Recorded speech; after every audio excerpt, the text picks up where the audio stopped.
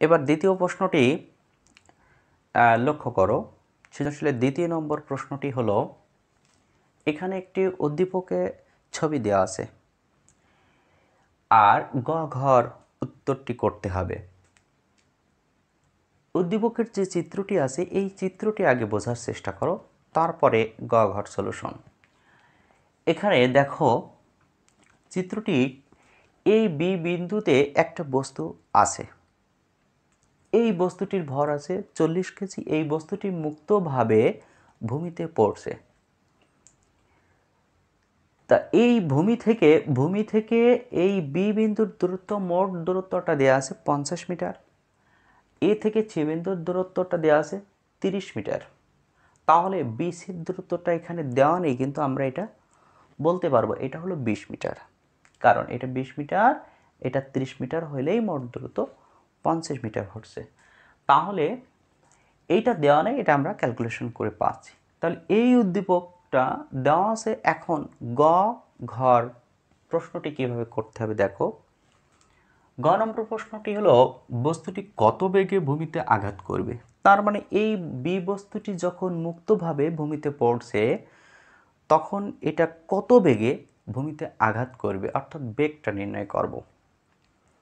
আর ঘ নম্বর প্রশ্নটি দেখো, বি বিন্দু হতে বস্তুটিকে মুক্তভাবে ছেড়ে দিলে শক্তির সংরক্ষণশীলতার নীতি মেনে চলে, গাণিতিক বিশ্লেষণ করো। এটি হলো গাণিতিক বিশ্লেষণ করো। তার মানে বি বস্তুটি যখন উপর থেকে ছেড়ে দেওয়া হবে তখন এই বি বিন্দুতে মোট শক্তি কত, সি বিন্দুতে মোট শক্তি কত এবং এ বিন্দুতে মোট শক্তি কত। এই মোট শক্তির পরিমাণ যদি প্রতি মুহূর্তে একই থাকে, অর্থাৎ বি বিন্দু, সি বিন্দু এবং এ বিন্দুতে যদি মোট শক্তির পরিমাণটা একই থাকে, তাহলে আমরা বলবো যে এই ঘটনাটি শক্তির সংরক্ষণশীলতার নীতি মেনে চলে। তাহলে আমরা গ আগে সলিউশনটা করি। দেখো বস্তুটি কত বেগে ভূমিতে আঘাত করবে।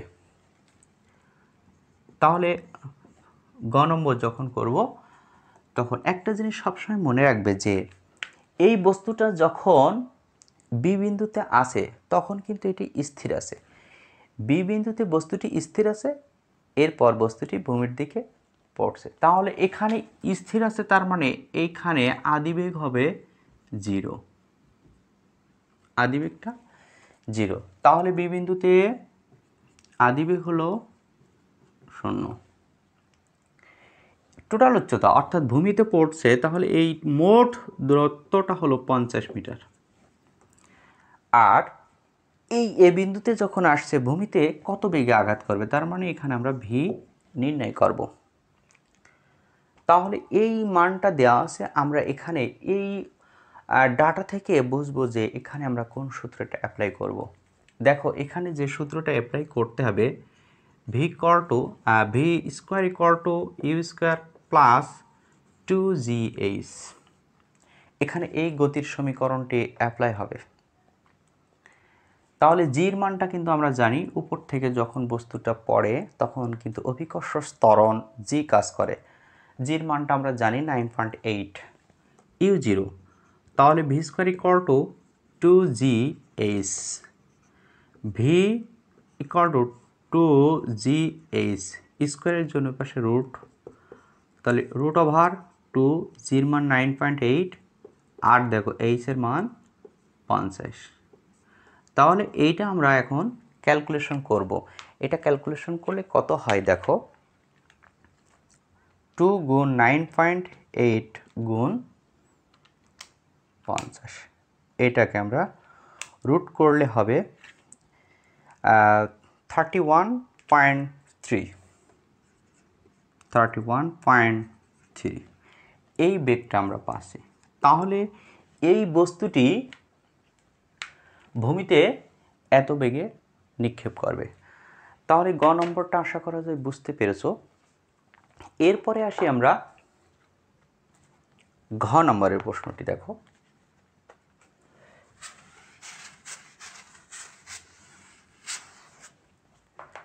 ঘ নম্বর প্রশ্নটি হলো, বি বিন্দু হতে বস্তুটিকে মুক্তভাবে ছেড়ে দিলে শক্তির সংরক্ষণশীলতার নীতি মেনে চলে, শক্তির সংরক্ষণশীলতার নীতি মেনে চলে, এটাই আমরা গাণিতিক ব্যাখ্যা করব। তাহলে ঘ নম্বর প্রশ্নটা একটু মনোযোগ হও। বি বিন্দুতে সর্বপ্রথম আমরা বি বিন্দুতে মোট শক্তি হিসাব করব। তো দেখো এখানে মোট দূরত্বটা এ বি আমরা জানলাম, মোট দূরত্ব এ বি হলো 50 মিটার।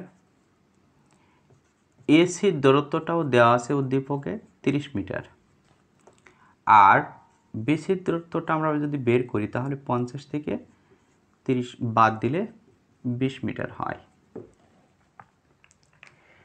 এখন আমরা বি বিন্দুতে গতিশক্তির হিসাব করব, তারপরে বিভব শক্তির হিসাব করব, তারপরে গতিশক্তি আর বিভব শক্তিটা যোগ করব, তারপরে বি বিন্দুতে মোট শক্তি কত হয় সেটা দেখব।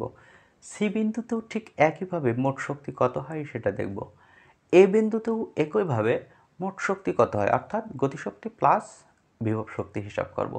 যদি সব বিন্দুতেই মোট শক্তির পরিমাণ একই থাকে তাহলে আমরা বলবো যে এটি শক্তির সংরক্ষণশীলতার নীতি মেনে চলে।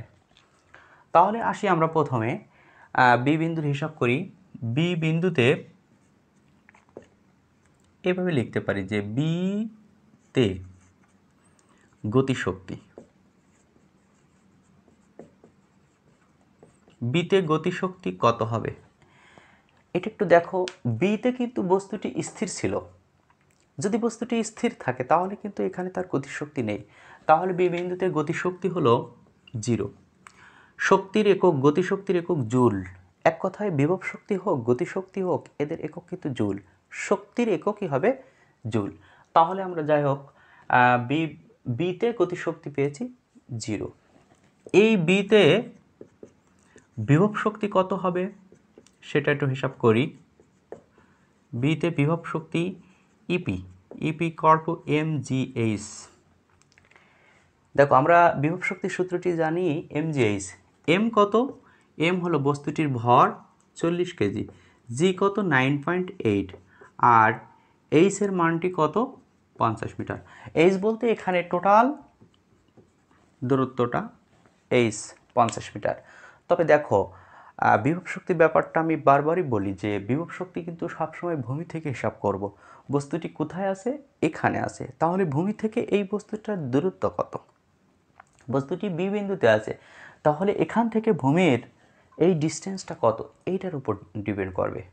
তাহলে এখানে 50 মিটার। এখানে আমরা যদি এটা ক্যালকুলেশন করি তাহলে এই মানটি কত হয় দেখো, 40 গুণ 9.8 গুণ 50, 19,600, অর্থাৎ 19,600 এত জুল, 19,600 জুল আমরা পেয়েছি বিভব শক্তি। তাহলে এই বি বিন্দুতে মোট শক্তি, বি বিন্দুতে মোট শক্তি আমরা হিসাব করব গতিশক্তি প্লাস বিভব শক্তি, গতিশক্তি প্লাস বিভব শক্তি। গতিশক্তি আমরা পেয়েছি কিন্তু 0, গতিশক্তি 0 আর বিভব শক্তি 19,600, অর্থাৎ 19,600। এইটা হলো আমরা বি বিন্দুতে মোট শক্তি পেয়েছি। বি বিন্দুতে তাহলে আমরা মোট শক্তি পেলাম 19,600।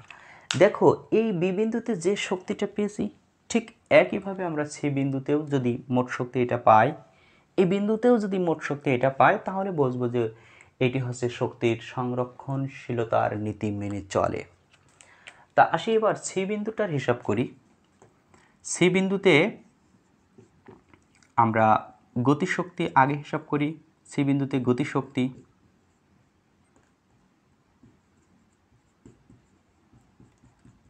ইকে = 1/2 mv²।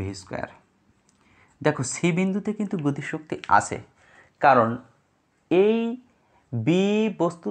বি বিন্দু থেকে বস্তুটি যখন নিচের দিকে অর্থাৎ ভূমির দিকে পড়ছে তখন কিন্তু সি বিন্দুতে তার গতিশক্তি আছে। সি বিন্দুটা আসলে বোঝায় কিন্তু একটা রানিং অবস্থা, রানিং পয়েন্ট এইটা।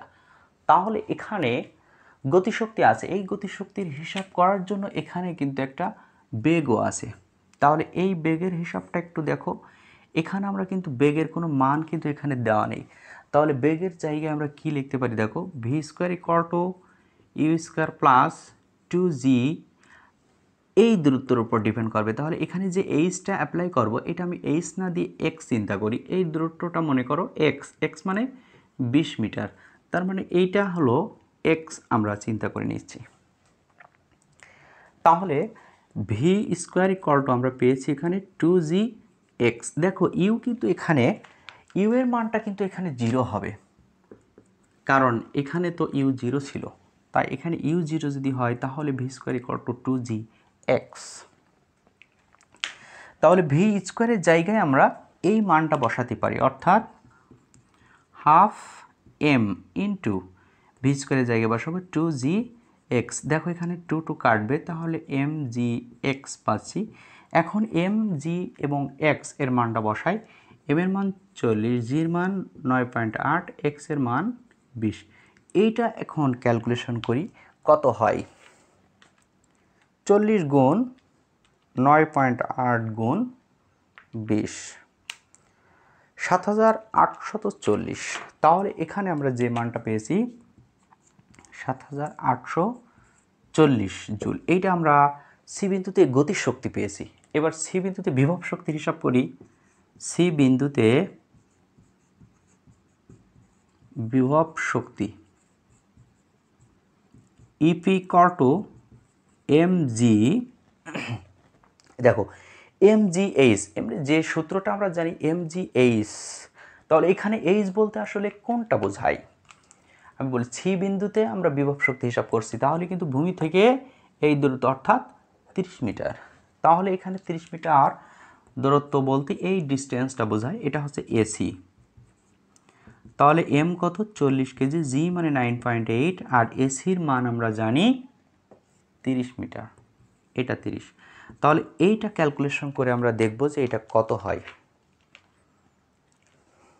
40 গুণ 9.8 গুণ 30, 11,760 মান পাচ্ছি আমরা, 11,760 এত জুল। এখন আমরা সি বিন্দুতে এই গতিশক্তি আর বিভব শক্তি মোট শক্তিটা যোগ করব। তাহলে সি বিন্দুতে যে মোট শক্তিটা পাই, একটা আমি লিখি, সি বিন্দুতে মোট শক্তি। তাহলে গতিশক্তি প্লাস বিভব শক্তি, গতিশক্তি প্লাস বিভব শক্তি, গতিশক্তি পেয়েছি 7840 প্লাস 11,760, এইটা যোগ করে দেখো, এইটা যোগ করেও কিন্তু এই 19,600 হতে হবে। 7,840 প্লাস 11,760, 19,600। তাহলে এইটা আমরা পেয়েছি 19,600 জুল। তাহলে দেখো এই সি বিন্দুতেও কিন্তু আমরা মোট শক্তি 19,600 পেয়েছি, বি বিন্দুতেও মোট শক্তি পেলাম 19,600। এখন এ বিন্দুতে আমরা দেখব যে মোট শক্তি কত হয়। তাহলে এ বিন্দুর হিসাবটা করি।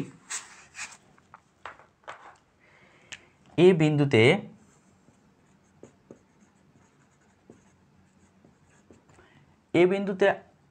গতিশক্তি হিসাব করি। গতিশক্তি equal to half m v square. এখানে আবার একটু লক্ষ্য করো যে এই ভি অর্থাৎ এ বিন্দুতে এই বস্তুটির বেগ কত, সেটা কিভাবে আসবে দেখো, এখানে আমি সাইডে দেখাই। V square equal to u square plus 2g, এখান থেকে এই দূরত্ব 2g এক্স, অর্থাৎ এটা কিন্তু 50 মিটার। 2g এইচ, এইচ মানে টোটাল দূরত্ব, অর্থাৎ এখানে আমি এইচটাই অ্যাপ্লাই করি সূত্র। এইচের জায়গায় কিন্তু 50 মিটার দূরত্ব হবে। ইউ কিন্তু 0, কারণ বস্তুটি এখান থেকে পড়ছে, তাহলে ওখানে আদিবেগ হলো 0, 2g এইচ। এখন এই ভি স্কোয়ারের জায়গায় আমরা 2g এইচ অ্যাপ্লাই করব। তাহলে হাফ এম ভি স্কোয়ারের জায়গায় লিখব 2GH। দেখো এখানে 2 কাটছে, তাহলে MGH পাচ্ছি। এখন এম এর মানটা কত? এম এর মান হলো 40 কেজি, জির মান 9.8 আর এইচ এর মান হলো 50। এখন এইটা ক্যালকুলেশন করো, এইটাও ক্যালকুলেশন করলে আমরা 19,600 পাবো। তাহলে দেখো এ বিন্দুতে আমরা মোট শক্তি পেয়েছি 19,600। এবার এ বিন্দুতে যদি বিভব শক্তি চিন্তা করি, এ বিন্দুতে বিভব শক্তি ইপি ইকুয়াল টু 0। কেন এ বিন্দুতে বিভব শক্তি কেন 0? কারণ এ বিন্দুটা কিন্তু ভূমিতে। তাহলে এখানে তো আসছে সূত্রটি হলো MGH, আমরা জানি বিভব শক্তি। তা এখানে এ বিন্দুতে তো এইচই নেই, বস্তুটি যখন ভূমিতে আসবে তখন তো তার এইচই নাই, অর্থাৎ MGH 0, তাই এখানে কিন্তু বিভব শক্তি 0। তাহলে এ বিন্দুতে আমরা মোট শক্তি পেলাম, এ বিন্দুতে মোট শক্তি ইপি ইকে প্লাস ইপি, এখানে গতিশক্তি পেয়েছি 19,600 আর বিভব শক্তি 0। তাহলে আমরা এখানে মোট শক্তি পেলাম 19,600। তাহলে দেখো আমরা সি বিন্দুতে 19,600 পেয়েছি, আবার বি বিন্দুতেও কিন্তু প্রথমে যেটা হিসাব করেছি মুছে দিয়েছি, বি বিন্দুতেও 19,600 পেয়েছি এবং এ বিন্দুতেও আমরা মোট শক্তি পেয়েছি 19,600। তাহলে এই যে প্রত্যেকটা বিন্দুতে, অর্থাৎ এ বি বিন্দু, সি বিন্দু এবং এ বিন্দু, সব বিন্দুতেই যেহেতু আমরা 19,600 পেয়েছি, তার মানে এই উদ্দীপকের ঘটনাটি শক্তির সংরক্ষণশীলতার নীতি মেনে চলে। তাহলে আশা করছি যে এটা তোমরা হয়তো ক্লিয়ার বা বুঝেছো। আর এই আইটেমের আরও সৃজনশীল নিয়ে তোমরা বাসায় প্র্যাকটিস করো। এরপরে আমি তৃতীয় পর্ব ক্লাসে আরও কিছু সৃজনশীল নিয়ে আলোচনা করব। এ পর্যন্ত সমাপ্ত। খোদা হাফেজ।